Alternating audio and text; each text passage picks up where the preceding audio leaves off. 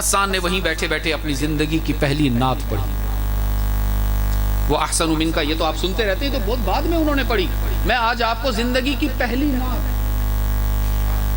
فرمایا لما رأيت انوارہ سطعت، لما رأيت انوارہ سطعت وضعت من خیفتی کفی على بصری خوفا على بصری من حسن صورته فلست انظره الا على قدری فروح من النور في جسم من القمر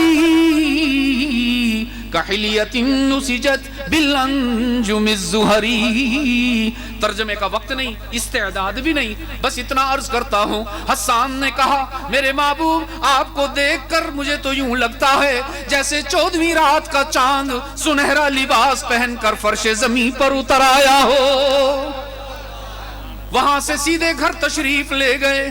مشرکین کا لایا ہوا مال و اسباب ایک چادر میں لپیٹ کر، اس کی گٹھڑی بنا کر، اپنی کمر پر اٹھا کر مشرکین کے پاس چلے گئے اور جا کر سارا مال ان کے منہ پر دے مارا اور فرمانے لگے کتنے نادان ہو تم، ابلیس کے غلام ہو تم، مجھے کس کام پر بھیج دیا؟ محمد میں عیب ڈھونڈنے کے لیے. میں گواہی دیتا ہوں عیب موجود ہونا تو دور کی بات، اللہ نے عیب کو محمد کے قریب سے بھی گزرنے کی اجازت نہیں دی ہے.